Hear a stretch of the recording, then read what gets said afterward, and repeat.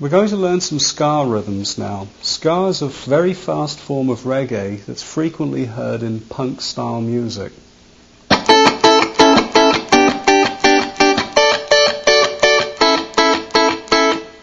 Let's take a look and see how that's done.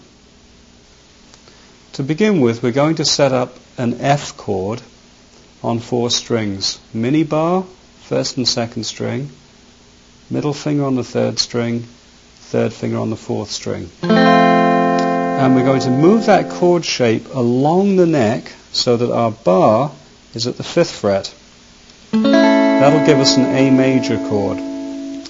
Now, a lot of these rhythms only use 4-note chords, and they're characterized by a very choppy, muted sound, like little short stabs of sound.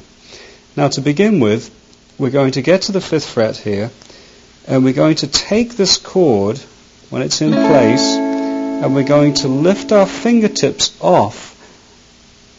The pressure on our fingertips is going to be lifted off, but our fingertips are going to still be touching the strings, so when we strike the 4th, 3rd, and 2nd and 1st string, we get a muted sound like this. So we do a downstroke with the right hand, and on the way up, we press the chord down to create a sound when we strum. Now, we should take a look at the right hand to see what's going on.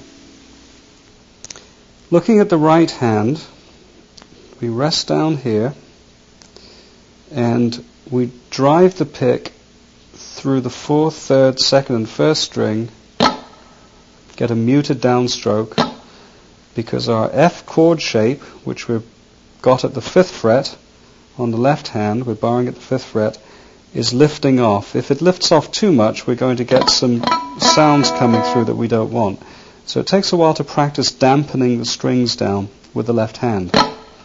So we go down like this, and then on our way up, we press the left hand and get a little sharp sounding chord. Like that. I'm not really muting by palming the strings, I'm just muting with my left hand only on the way down.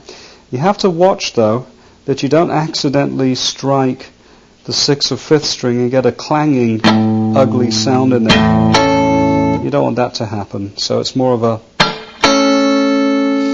And then you can try doing, if you've got that sound in place, you can try doing, say, 4 of them, like 1 on the dead, dampen it on the 1, dead on the downstroke, and alive on the upstroke.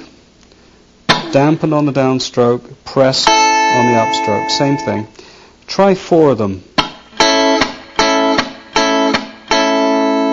And see if you can get that happening. It would be like 1 and 2 and 3 and 4 and. That would be in the timing of 8th notes. 1 and 2 and 3 and 4 and. So you only press on the ands, not on the 1, the 2, the 3, or the 4. Those are all muted downstrokes.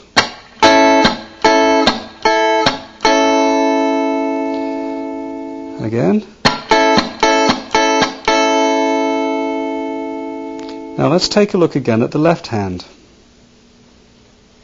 Now we've just done 4 individual upstroke rhythms to make 1 bar up on A at the 5th fret. 1, 2, 3, 4.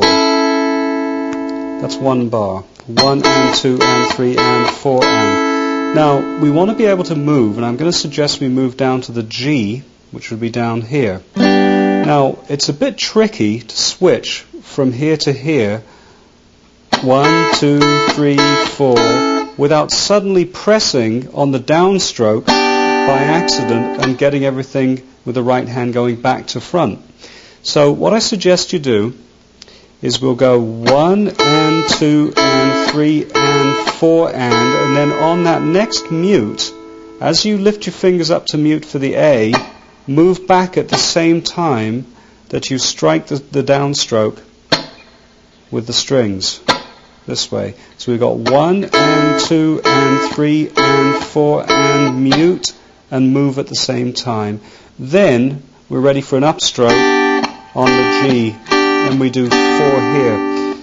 It's the transition between this chord and this chord where you mute and move, which is the hardest thing to accomplish. Let's try it.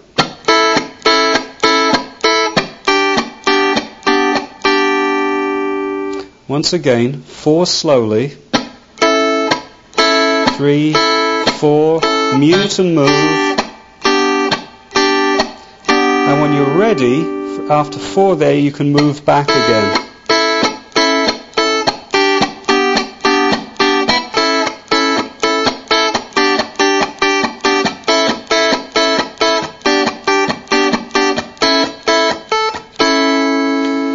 Now, it's important that you don't do downstrokes. Like,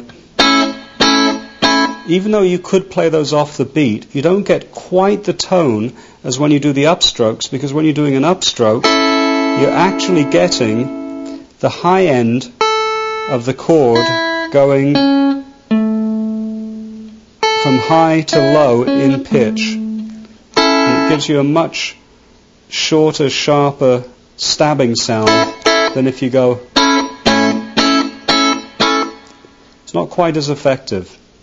Now, let's try and extend the pattern. We'll go from A, the 5th fret, to G 4 times. Then instead of going back to A, like I suggested you practice earlier, we'll go from A to G, and then we'll go to D down at the 10th fret. Here's a D major, and then back to A at the 5th fret. So 4 times here, 4 times here on G, 4 times on D, 4 times on A again, and then another 4 times on A to repeat everything. 4 times on G, 4 on D, 4 on A. I'll just play it to you. 4, G, D, A. Then begin again. 1,